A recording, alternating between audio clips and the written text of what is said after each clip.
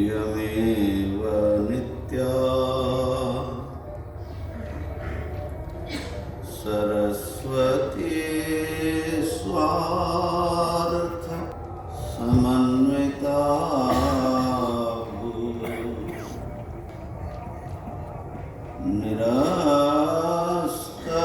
निरस्तदुस्तारक कलंक पंका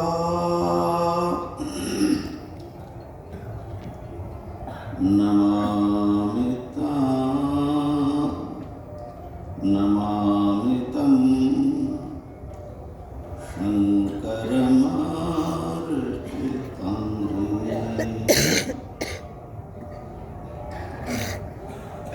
ईश्वरो गुरुरात्मेति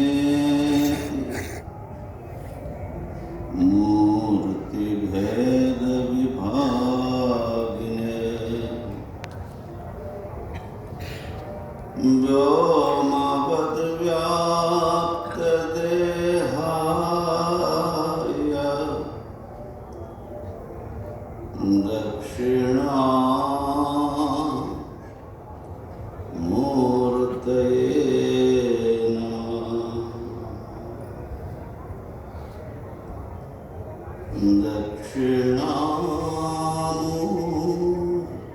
दक्षिणामूर्तये नमः।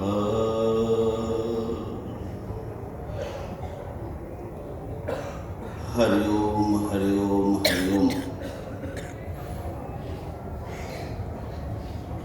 हमारे सोहम महाराज के उपक्रम से आप लोग घबराए नहीं ना? क्यों? भक्ति चाहिए, गुरु शुश्रूषा चाहिए। मैंने सोचा कि जो भी थोड़ा बहुत उत्साह था, पता नहीं ऐसा तो नहीं होगा ना?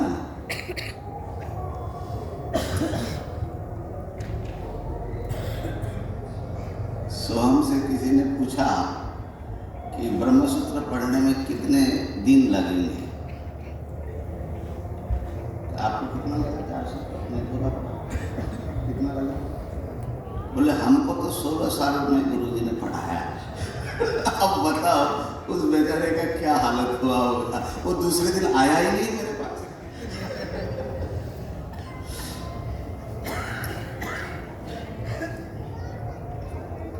तो मैं ऐसा नहीं बोलता हूँ कि 16 साल लगेगा, ऐसा बहुत थोड़े दिन में हो जाएगा, मैं ऐसे ही बताता हूँ। स्वामी महाराज जब पहले आए बनारस में, बोले गुरु जी हम 2 साल लेकर गए, हमको बड़ा आपका जैसा पंडित बनना है। ठीक है, बन जाओ। क्यों? अगर हम कुछ बताएं तो उनको तो अभी पंडित होना क्या होता है, न व्याकरण न न्याय, वो कितना बड़ा क्षेत्र है उसका पता नहीं। 2 साल बाद कहा कि हमने थोड़ा 2 साल 3 साल और एक्सटेंशन कर लिया है, उतने में पंडित बना देना। हमने कहा चलो यार, और अच्छी बात है, 2 साल आप लोग क्या कोर्स का कुछ कोर्स रखे हैं ना? कितने दिन का? 3 दिन का, 10 दिन का। हाँ, तो 10 दिन में शंकर दूत तो बन ही सकते। ठीक है, अच्छी बात है ना। ये 2-3 साल तो बहुत लंबा होता है। और ऐसा करते करते 21 साल बिता रहे मेरे साथ में। 25 साल 2000 में आया था। तो मेरे जो गुरुदेव ब्रह्मलीन गुरुदेव थे, तो कई बार मुझे क्या कहते थे, कोई सलाह है वेदांत के खास करके हो तो प्रणव जाओ इनकी कहानी में गुड़ लगा करके आओ। समझते कहानी में गुड़ लगाना? यहाँ गुड़ लगाया जाता था पहले, तो वही मीठा होता था। तो वो थोड़ी थोड़ी चाटता है बच्चा, उसका हाथ में दे दो तो पूरा एक साथ में खा लेगा। तो थोड़ा थोड़ा चाटता है, पूरी तरह आता भी नहीं, चाटता रहता है। तो बोले कि थोड़ा कहानी में गुड़ लगा दो, माने वेदांत तो कुछ ऐसा लगाओ कि गुड़ के जैसा स्वाद आए, पूरी तरह आए नहीं तो तुम्हारे जाल में फंसे। समझे ना? तो मैं प्रयास करूंगा कि आपको थोड़ी गुड़ लग जाए। तो सबसे पहले सूत्र का उच्चारण करते हैं। अथातो ब्रह्म जिज्ञासा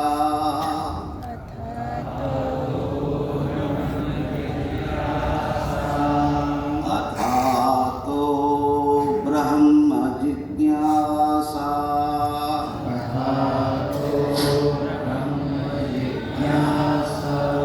अथातो ब्रह्म जिज्ञासा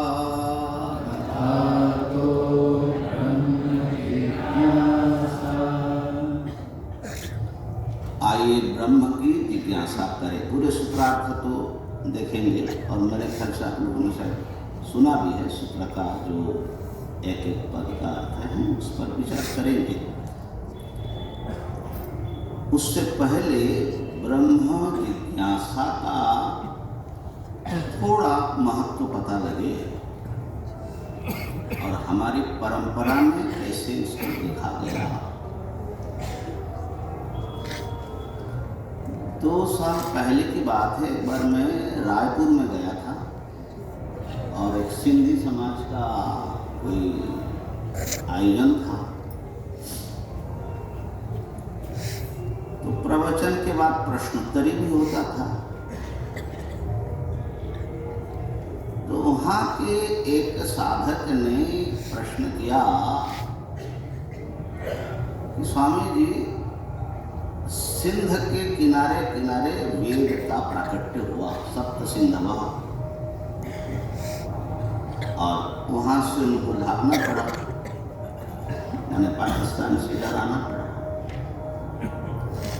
आज भी बोले हम अपने मंदिर में वेद रखे हैं, चारों वेद संहिता सब है, हम पूजा भी करते हैं। परंतु क्या आप ये पूरे वेद में है क्या? ये 2 सेंटेंस में आप बता सकते कि क्या चीज है?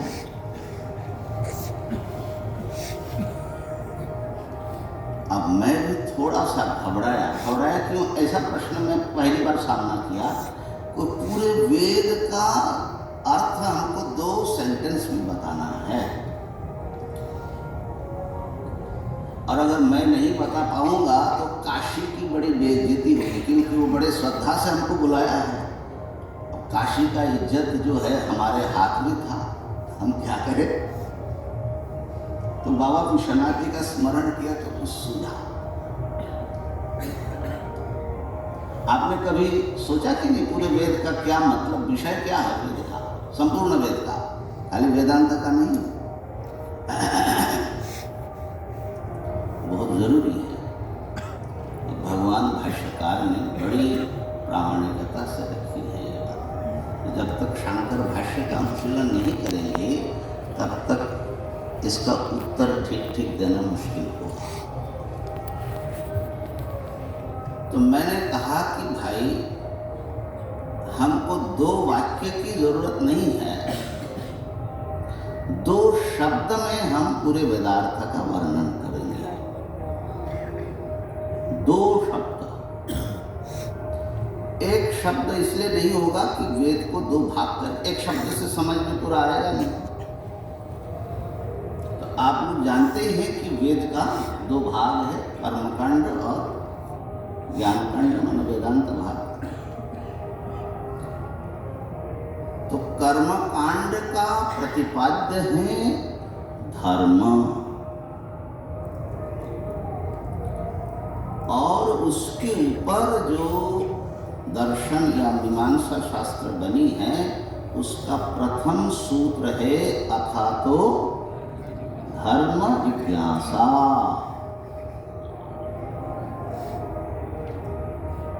और उसका मतलब होता है कि धर्मस्य वेदार्थस्य जिज्ञासा। धर्म माने वेदार्थ, वेद का अर्थ, वेद का प्रतिपाद्य विषय, वो है धर्म।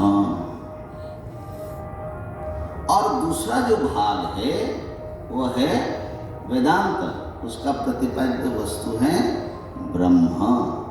तो धर्म और ब्रह्म ये दो शब्द पकड़ ले तो पूरा वेद आपके हृदय में विद्यमान रहेगा।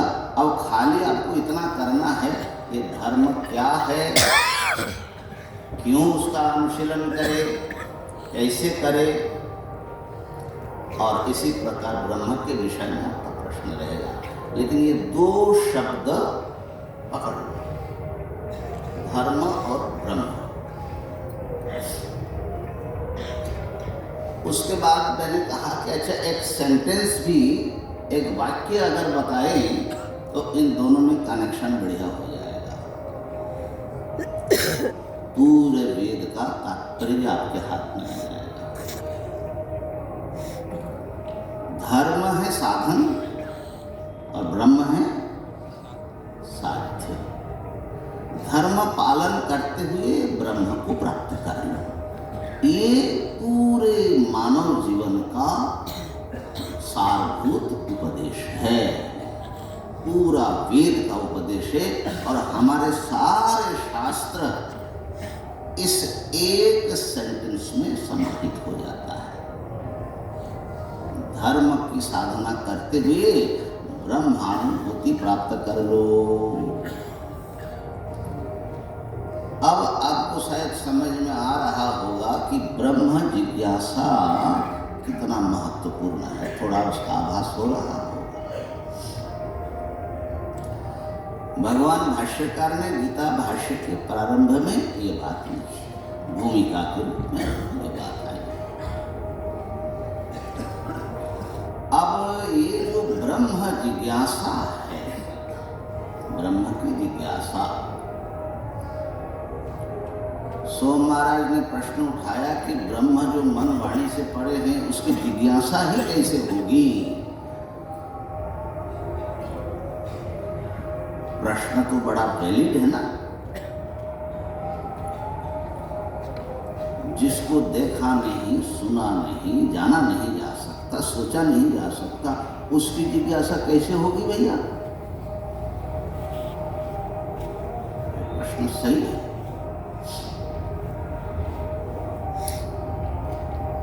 तो इसके ऊपर लगातार हमारे कुंभ में परमार्थ साधक संघ शिविर में शायद आज पूर्ण किया 23 दिन का प्रवचन है, 11 की 12 तारीख से शुरू किया। तो संभवतः 12 जनवरी से शुरू किया, 12 जनवरी से शुरू किया और आज उस स्वाध्याय की पूर्णाहुति प्रातःकाल हुआ। लेकिन उसी ब्रह्म जिज्ञासा से कंटिन्यूएशन चल रहा है अभी 2 दिन।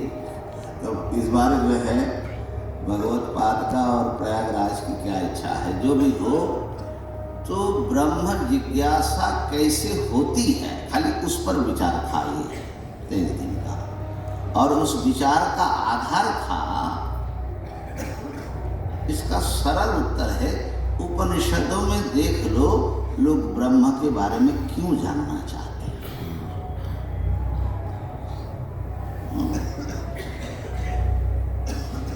और बड़ी विचित्र विचित्र रास्ते ब्रह्म जिज्ञासु का होता है। कहीं से शुरू करके कैसे ब्रह्म जिज्ञासा में पहुंचते हैं। जैसे सभी नदियां समुद्र में ही जाती हैं, इसी प्रकार सभी विद्याएं और सब जिज्ञासाएं अंततः ब्रह्म जिज्ञासा के रूप में परिणत हो जाता है। भैया, मानव जीवन की चरम जिज्ञासा है ब्रह्म जिज्ञासा। एक उदाहरण जो है आपको अच्छा लगेगा और शायद सुने होंगे, कोई एकाध लोग सुने होंगे। केनोपनिषद में एक यक्ष की कथा आती है। माने हमारे उपनिषद क्रम में ईशावास्य तो पहला है, फिर ईशा के न आदि करके चलता है ना। तो हर चीज में सभी में ब्रह्म जिज्ञासा ही है, लेकिन बहुत जगह पर प्रकट रूप से है। अब ईशावास्य में कोई जिज्ञासा जैसी दिखती नहीं है, लेकिन जो उत्तर दिया जा रहा है तो किसी जिज्ञासा का ही होगा ना। लेकिन केन उपनिषद में एक छोटी कथा है कि देवता और असुरों में लंबी लड़ाई हुई। अंततः देवताओं ने विजय प्राप्त किया। और विजय प्राप्त किया क्योंकि ब्रह्मणों ही विजय देवा अमहीयत्वम, ब्रह्म ने उनको विजय दिलाया। असल में वो ब्रह्म की जीत थी, लेकिन देवता बड़े महिमा मंडित हो गए। बहुत लंबी लड़ाई थी भाई, जीत गए। तो देवताओं में बड़ा अभिमान आ गया। अस्माकमेव अयम विजयः, अस्माकमेव अयम महिमा। ये जो जीत है वो हमारी है, हमने जीता है। और इसलिए ये जो सब स्तुति कर रहे, पूजा कर रहे हैं, बड़ी प्रशंसा हो रही है, इसका हम पात्र हैं। ये महिमा हमारी अपनी है, अपनी शक्ति से हमने जीत हासिल की, शक्ति से, बुद्धि से। ब्रह्म को पता लगा। अब देखिए, हम जानबूझ करके ब्रह्म शब्द का प्रयोग कर रहे हैं और मूल केनोपनिषद में भी ब्रह्म की बात है।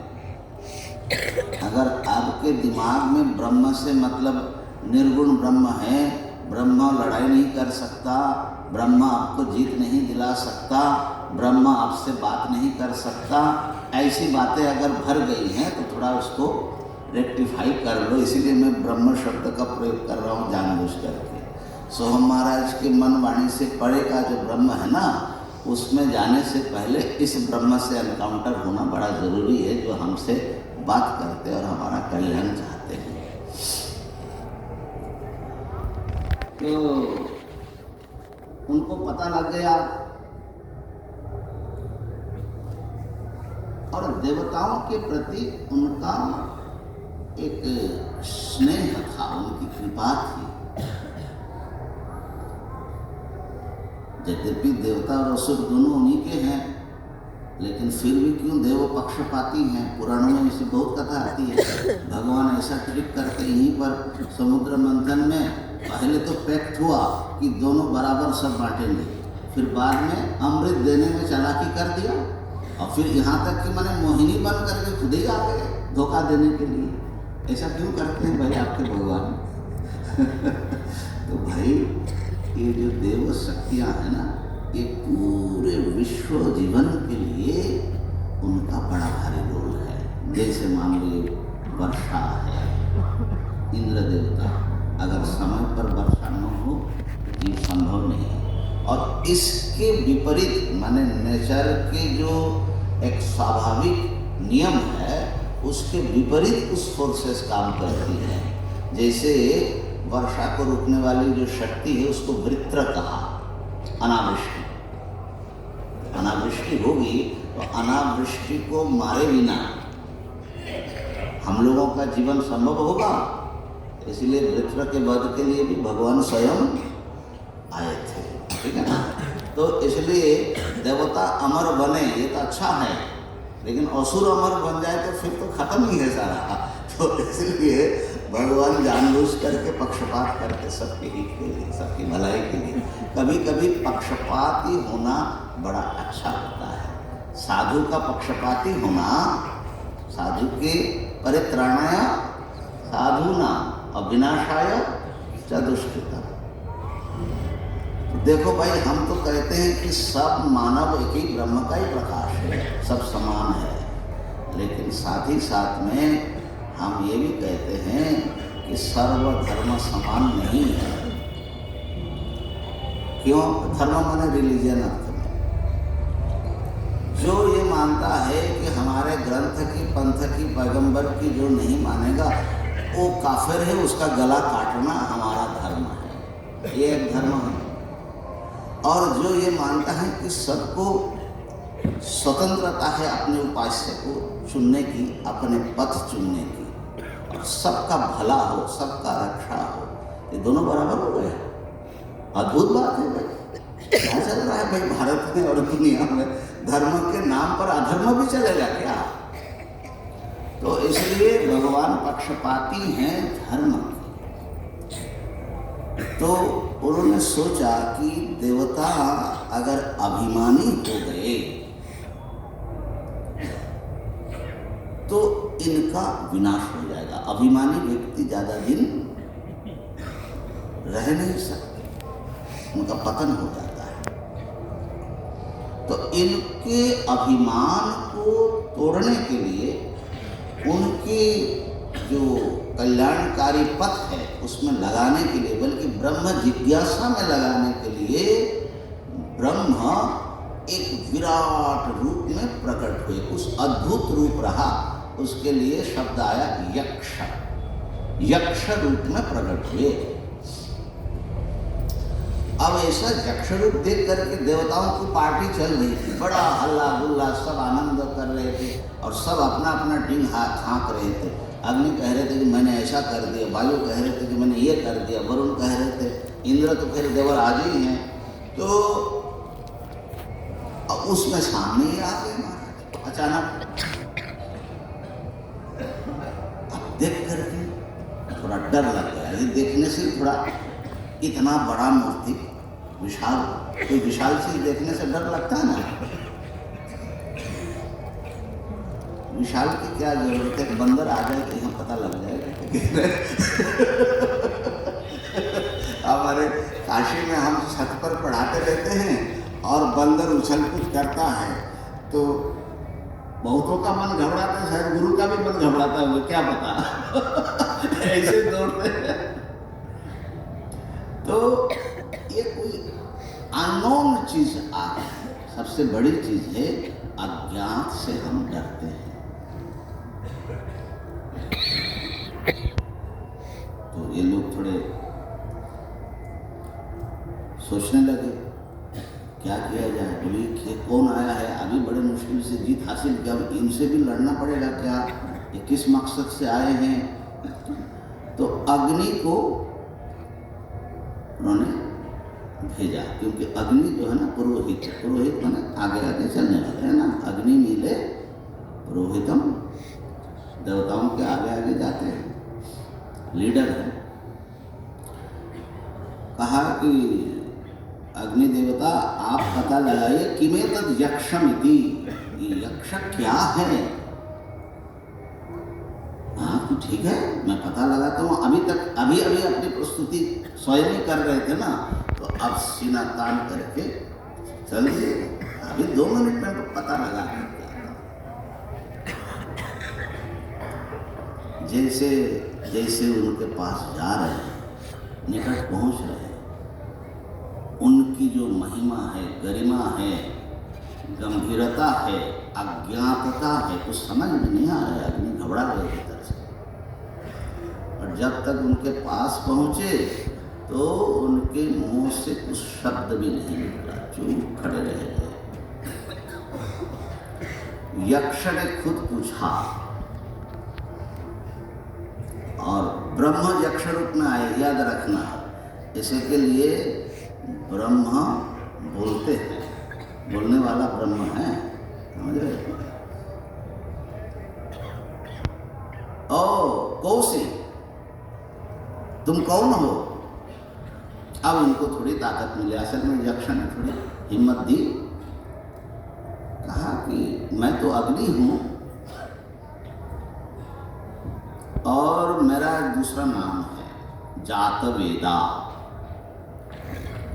अब देखिए, जातवेदा शब्द का अर्थ होता है जो कुछ जन्म लेता है, प्रकट होता है, उसको जो जानता है।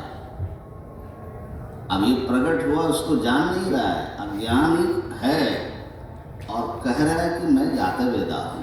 माने हम लोगों की यही हालत होती है, अभिमानी व्यक्ति अपने अज्ञान को नहीं समझ पाता। अच्छा, तो तुम करते क्या हो?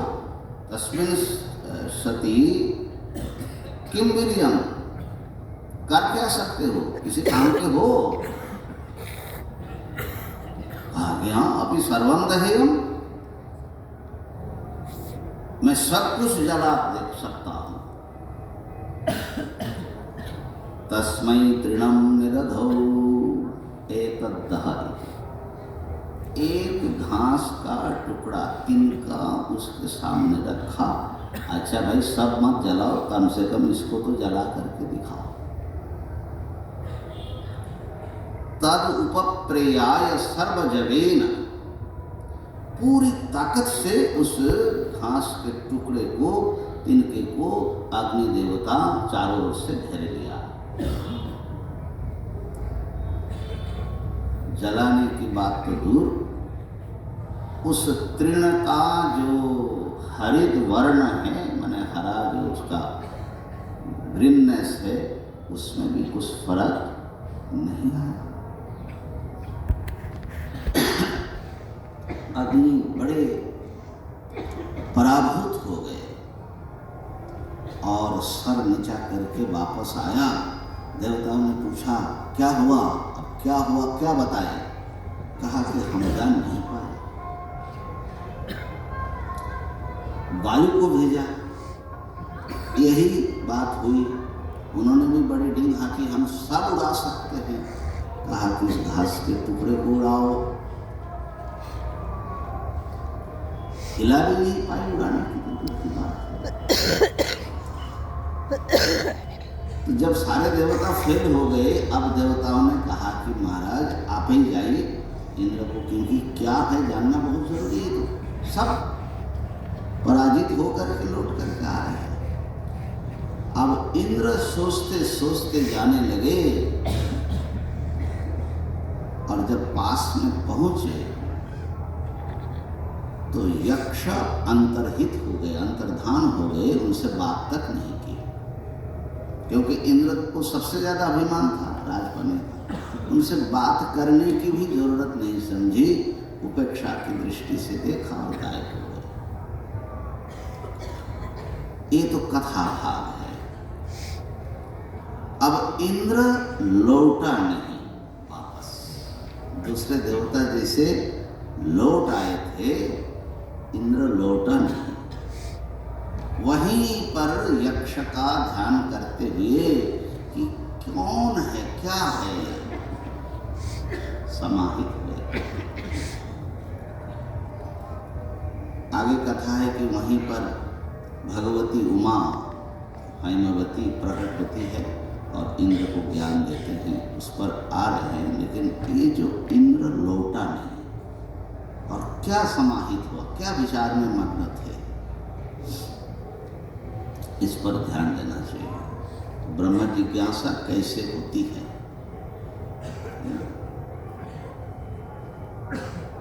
इंद्र को ये जिज्ञासा हुई कि अग्नि दाहक है, वायु सबको उड़ाता है और यक्ष के सामने फेल हो गए।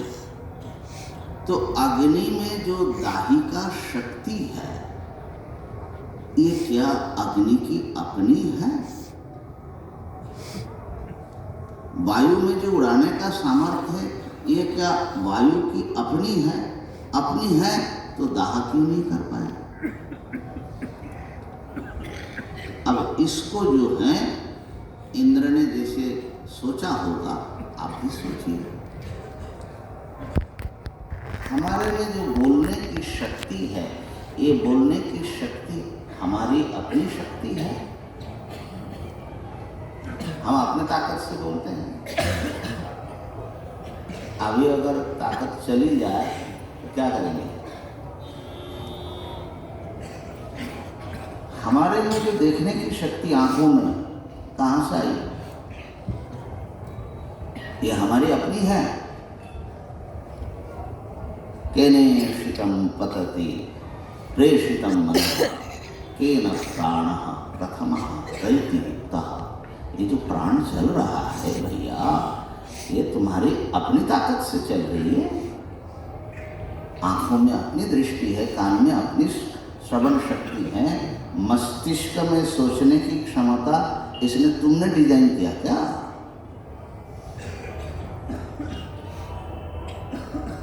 तो हमारे जो सारे व्यापार, चाहे प्राणन व्यापार हो, चाहे बौद्धिक व्यापार हो, समस्त क्रियाएं जो हो रही है, हम जो हम है इस आधार पे, इसका सोच क्या है? ये जो पूरे दुनिया में क्रिया शक्ति आपको दिखेगी, धरती घूम रही है, सूरज किरण दे रहे हैं, पूरे विश्व चराचर में एक टीनी पार्टिकल भी चुप नहीं बैठा है। क्या चला रहा है? कौन सी शक्ति? तो ये जो छोटी शक्तियां हैं ना, ये किसी इन्फिनिट सोर्स से आ रहा है। सप्लायर कोई और है। जब तक चाहेंगे ये बोलता रहेगा, जब तक चाहेंगे सुनता रहेगा, है ना? देखो हमारे सांसें चल रही है, सबकी ना चल रही है कि आप चला रहे हैं।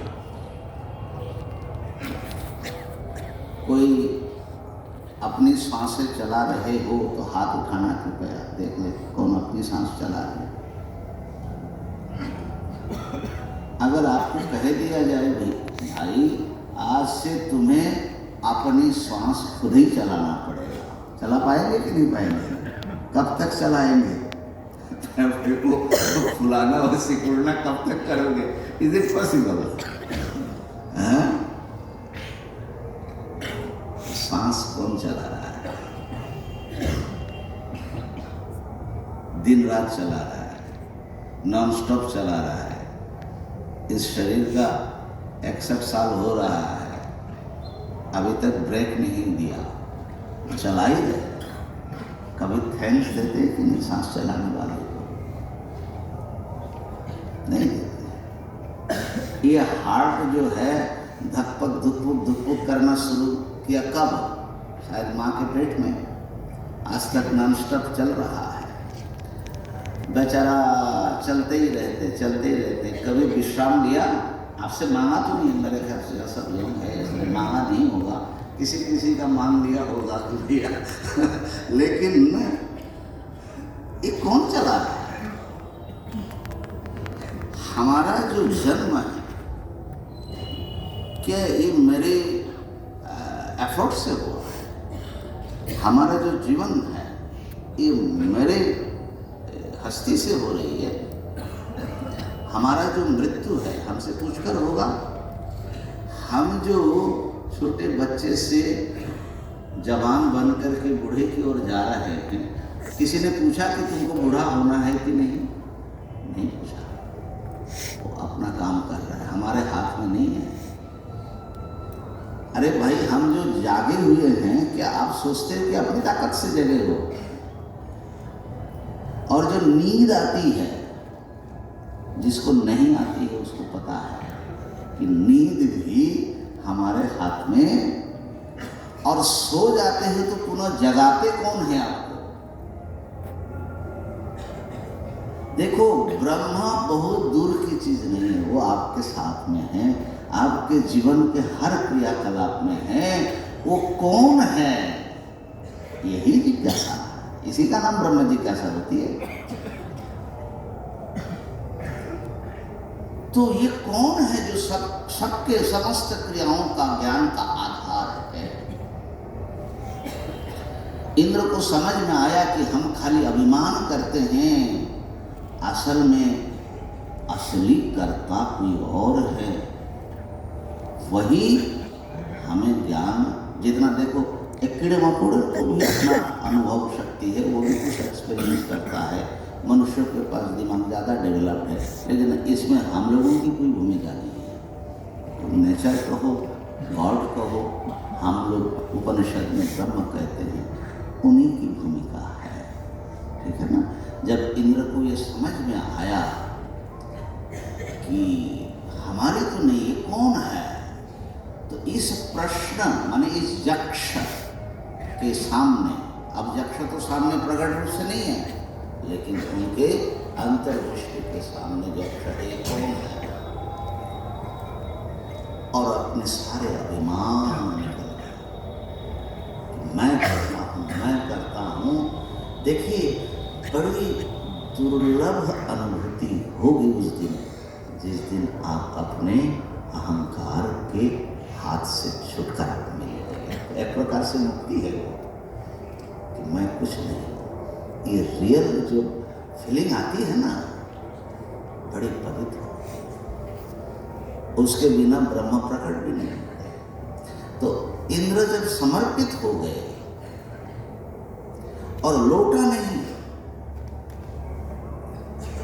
आप लोग बहुत लोग ब्रह्म जिज्ञासु होंगे और इस पथ पर लगना चाहते होंगे, लगे होंगे, लेकिन ये भी संभव है कि बहुत लोग थोड़ा ठोकर ठाकर खा करके लौट जाएंगे। लौटने वाले नहीं जान पाते, अग्नि नहीं जान पाए, वायु नहीं जान पाए। जो अपने जीवन को नौछावर कर देते हैं उसके पीछे, मिले ना मिले, हम लौटने वाले कब मिलता है भैया। सो हमारा डरा नहीं रहते, हकीकत बयान कर रहे थे। आपको जो है अपना सब कुछ उसके सामने दांव पर लगाना पड़ता है। तो जब इंद्र का ये संपूर्ण समर्पण देखा, निरभिमानिता देखा और निष्ठा देखी, इसको बोलते वरण, माने हम परमात्मा को, उस ब्रह्म को वरण किया। जीवन में आप हैं और कोई दूसरा नहीं है।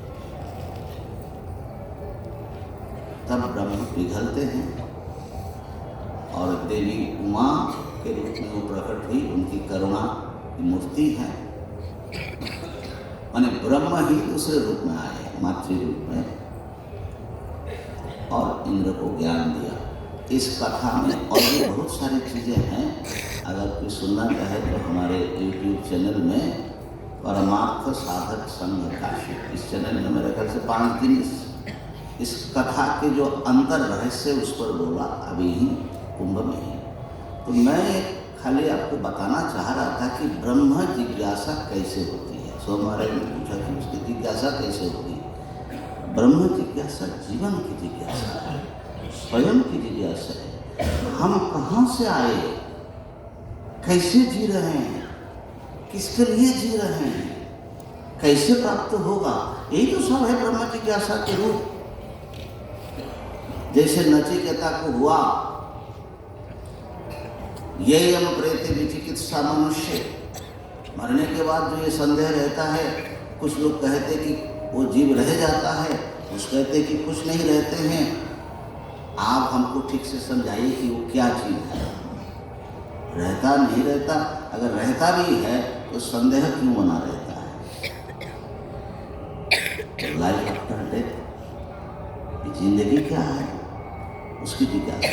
ऐसे उपनिषदों की कथाओं के माध्यम से भी देखें तो बड़ी सरलता से ब्रह्म जिज्ञासा क्या होती है और कैसे होती है वो समझना है।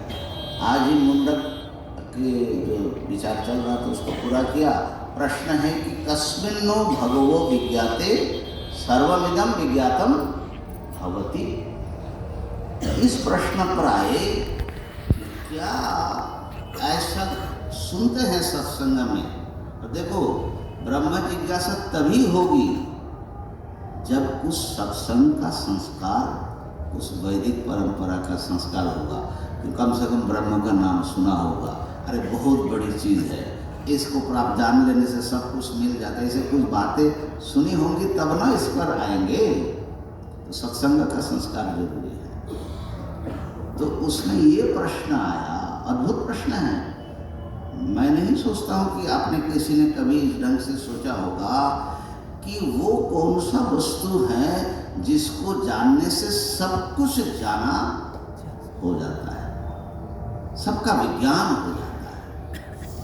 ऐसा इतना बड़ा प्रश्न, माने उनके ज्ञान की भूख कितनी है, सब कुछ वो जान लेना चाहते हैं। यह है ब्रह्म जिज्ञासा। उन्होंने देखा होगा कि इतने विद्याएं हैं, ये पढ़ो, है ना। अब वेद विद्या है, ये सब अपरा विद्या है, उसमें वेदांग भी है, ये सब अपरा विद्याओं की कोटि में आती हैं। तो जिसको पढ़ोगे उसको जानोगे, सबको कैसे जानोगे, है ना।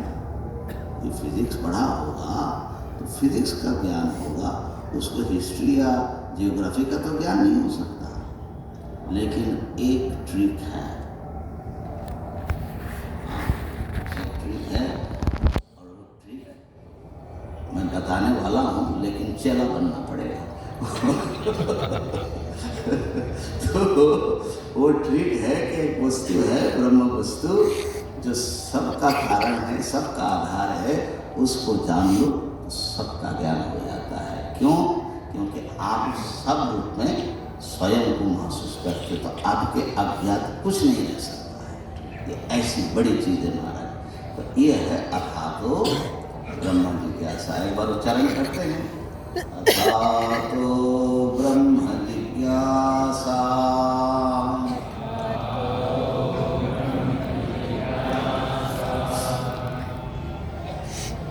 ये ब्रह्म सूत्र ग्रंथ का प्रथम सूत्र है।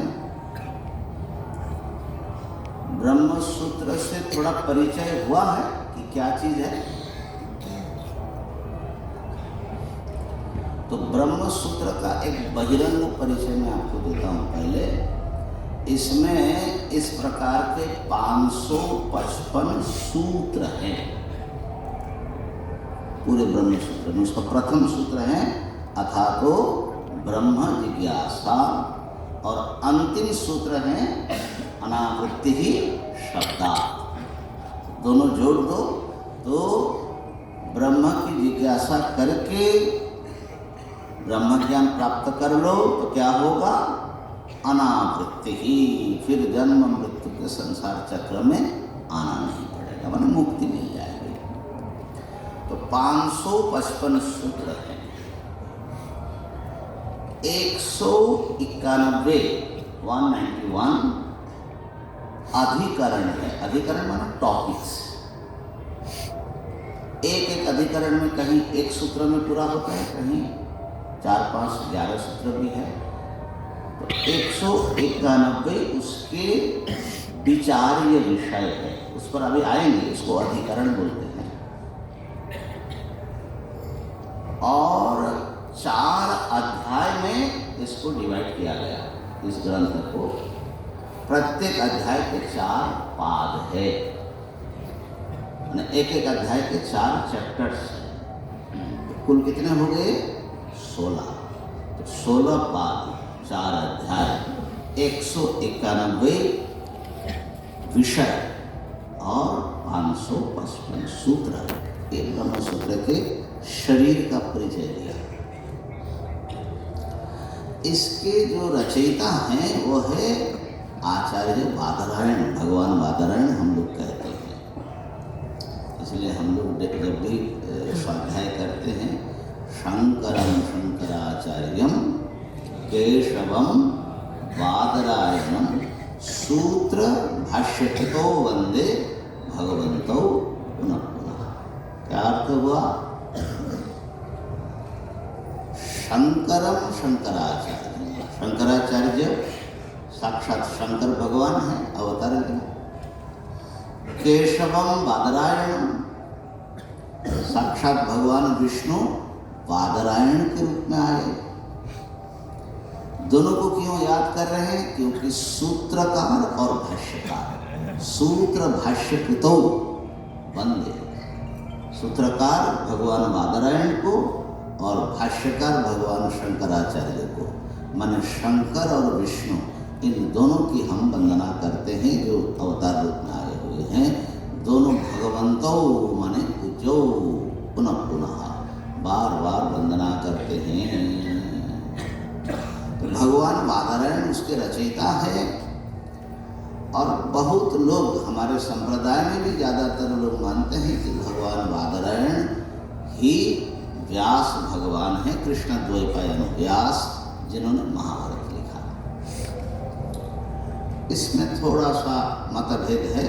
भगवान शंकराचार्य जी ने अपने भाष्य में बादरायण शब्द का ही प्रयोग किया सूत्रकार के लिए, कभी व्यास शब्द का प्रयोग नहीं किया।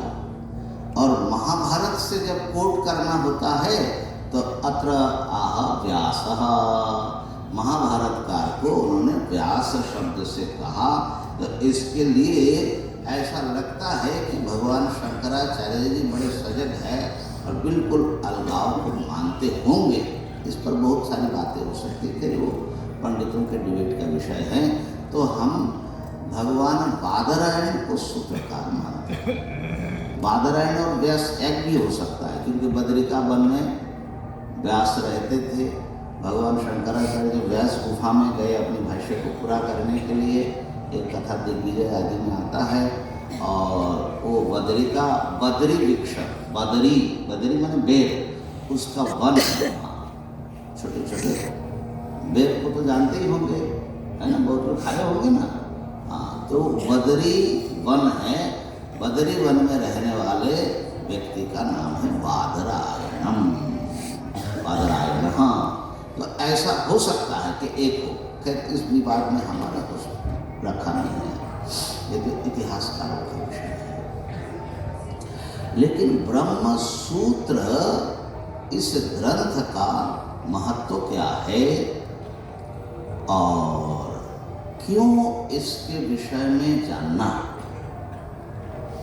शांकर वेदांत के ज्ञान के लिए बहुत आवश्यक है। कैसे आप उसमें आसानी से प्रवेश कर सकते हैं, मैं समझता हूँ कि इसके विषय में कल रखा जाए। आज थक जाएंगे हम तो, और भी 2-3 घंटा बोल लेंगे, लेकिन आप लोग सुनने वाले थक जाएंगे। हम लोग बनारस में जब हम पढ़ना शुरू किए ब्रह्मसूत्र, तो वो भगवान शंकरा सूत्र का उच्चारण भी नहीं कराते हैं। पहले तो युष्मद् अस्मत् प्रत्यय गोचरयोर एक अध्याय भाष्य करके ब्रह्मसूत्र की भूमिका भगवान शंकराचार्य ने पूरे वेदांत दर्शन की भूमिका लिखी। और ऐसा अद्भुत रचना है, दुनिया में कोई दूसरा दार्शनिक नहीं हुआ जो इतना गंभीर अर्थ से युक्त सेंटेंस से अपनी रचना प्रारंभ कर रहे। एक बहुत बड़े फिलोसोफर थे, अभी शायद शरीर चला गया होगा, गोपीनाथ महंत शरीर उड़ीसा के थे। वो पाश्चात्य माने भारतीय और पाश्चात्य दोनों दर्शन के बड़े महारथी माने जाते थे। उनका एक इंटरव्यू देख रहा था, तो उनसे पूछा कि कौन से दार्शनिक आपको सबसे ज़्यादा प्रभावी लगते हैं। तो उन्होंने ये कहा कि देखो, हमने लगभग सारे दार्शनिकों को पढ़ा, लेकिन पहला सेंटेंस से ही चमत्कृत करने वाले और ऐसा अद्भुत वाक्य लिखने वाला भगवान शंकराचार्य, भगवान शब्द मेरा निकल गया, शंकराचार्य जी के अलावा किसी को नहीं देखा। और वो सेंटेंस में अगर आपको सुनाऊं तो शायद 1 मिनट पूरा लग जाएगा और हमको एक बार श्वास लेना पड़ेगा, थोड़ा लंबा सेंटेंस है ना। लेकिन मैं सुना करके, क्योंकि भाष्यकार का प्रथम सेंटेंस है, आप लोगों ने, कई लोगों ने सुना नहीं होगा तो सुन लीजिए। अर्थ तो जब भगवान शंकर की कृपा होगी पता लगेगा। तो उससे शुरू करते हैं। फिर उस पर जो है एक एक शब्द पर भानुति टीका, तो समझ में नहीं आता हमको। तो 1-2 साल हम तो सुनते रहे, मैंने जो डिस्कशन हो रहा है वो समझ में आ रहा है, लेकिन ग्रंथ क्यों लिखा गया और उसके स्ट्रक्चर क्या है ये सब पता ही नहीं लगता था। फिर धीरे धीरे धीरे धीरे जब हम इसमें घुसने लगे तो फिर हमने अपने शिष्यों को पढ़ाने के लिए एक अलग पद्धति रखा। जैसे स्वामी महाराज पढ़े और भी लोग, तो एक वैयासिक न्यायमाला नाम का ग्रंथ है। वो जो है शास्त्रार्थ सारा विस्तार न रख करके संक्षेप में कैसे ब्रह्मसूत्र पढ़ाए जाते हो बताया। कल मैं बताऊंगा कि उन्होंने कैसे समझाया। और पूरे ब्रह्मसूत्र देखो, कल के लेक्चर से आप ब्रह्मसूत्र के पंडित बन जाओगे, मैं गारंटी देता हूँ। पंडित बन जाओगे मतलब ऐसा है कि आपको ऐसा ज्ञान प्राप्त होगा ब्रह्मसूत्र के विषय में कि बहुत सारे पंडित भी शायद चकित रह जाएंगे कि ये कैसे बोल रहे हैं। तो वो तरीका मैं बताऊंगा, तो वो सेंटेंस बोल करके मैं पूरा करता हूँ।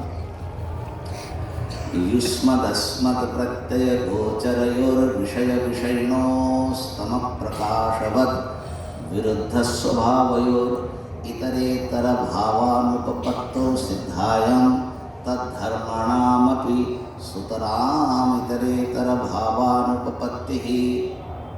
अभी वाक्य एक चौथा ही हुआ है। इत्यतः युष्मत् प्रत्यय गोचर अस्मत् प्रत्यय गोचरे विषयिणी चिदात्मके युष्मत् प्रत्यय गोचरस्य विषयस्य तद्धर्माणां च अध्यासः तद्विपर्ययेण विषयिणस्तद्धर्माणां च विषये अध्यासो मिथ्येति भवितुं युक्तम्। आधा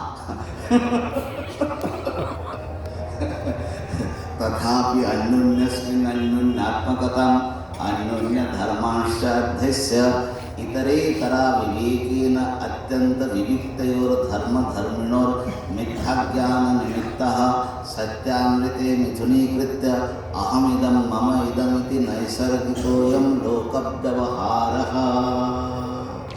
ये एक सेंटेंस। इसी के साथ आचार्य शंकर को प्रणाम करता हूँ और एक बार समझ करके उच्चारण करें। अथातो ब्रह्म जिज्ञासा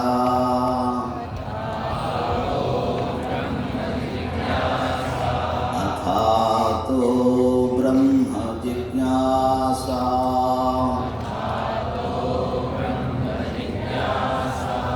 अथातो ब्रह्म जिज्ञासा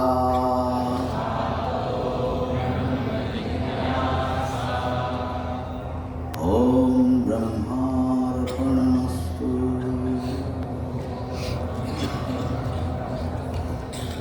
ओम पूर्णमदः पूर्णमिदं पूर्णात् पूर्णमुदच्यते पूर्णस्य पूर्णमादाय पूर्णमेवावशिष्यते।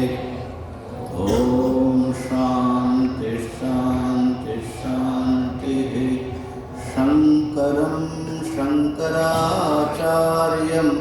केशवं बादरायणं सूत्रभाष्यकृतौ वन्दे भगवन्तौ पुनः पुनः। ईश्वरो गुरुरात्मेति मूर्तिभेदविभागिने व्योमवद्व्याप्तदेहाय दक्षिणा